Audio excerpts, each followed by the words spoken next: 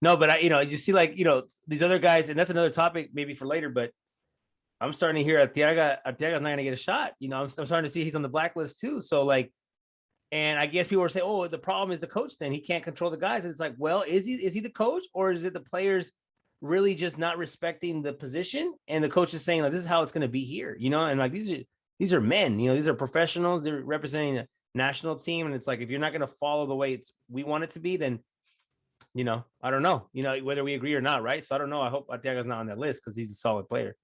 Yeah, I hope he's not on that list either. And when you talk about, you are dealing with professionals, but you also are dealing with men. And I think when you deal with men, you have to have a certain level of respect both ways, right? You see it. If you want to talk about someone abusing, or a coach or a directive kind of abusing or not treating men with the respect that a man deserves, even though they're professional. Just look at Arsenal.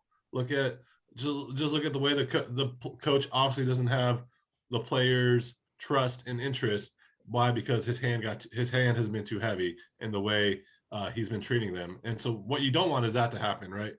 No. Yeah, that works at the youth level because they're younger. That works in college sports because they are younger. But again, with professional men, you have to treat them.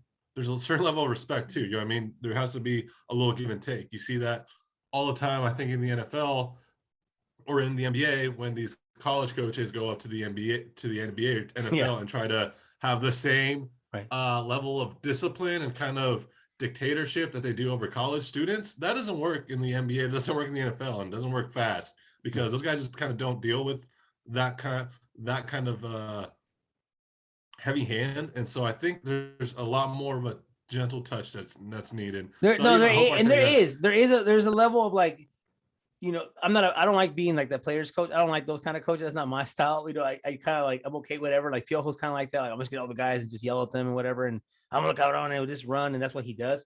But like Tata, I'm not saying it's him and his heavy hand. I feel like maybe these guys aren't respecting, like, for example, like, when Vela, because we think Vela's on the list, right? We think he is. We don't know. But when he had a conversation, he flew out there, talked to him, and he's like, his mind's not here. He's not gonna beg him. He's not gonna beg, Carlos Vela. He's not gonna beg, Chicharito, if doesn't want to, ask for forgiveness for whatever he did. It's like, I feel like being an outsider like Tata is, he comes in, he's like, you guys want me to call these certain players. I get it. They're big names, but to me, it's like, I just need to win games, whatever I can. I don't think he has a loyalty to a group of players, which is one of the things I do celebrate when we have a coach that's from the outside, is that he kind of comes in and just does what he wants to do.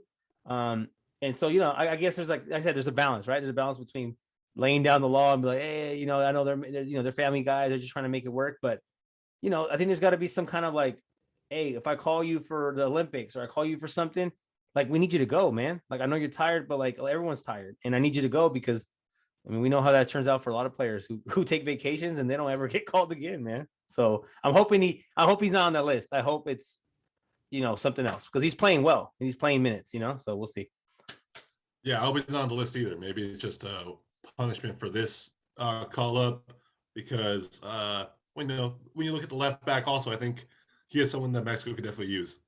No, we're not at the luxury to let guys go like that. No. And it's not long-term thinking either for you to punish somebody permanently if he didn't want to go to the Olympics or something like that. You know what I mean? So especially, in that situation is so much different than somebody like Carlos Salcedo, who looked like he was completely acting a fool with the national team.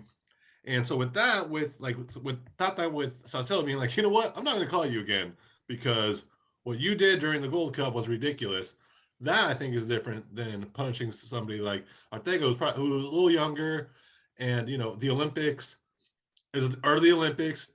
It's also a U23 tournament, and so it is, but it is the Olympics. So that kind of balance, compared to being at the camp and acting like a complete fool with the way Salcedo did, which incredible that he pissed off the fans and the coaches and looks like pretty much everybody on the national team.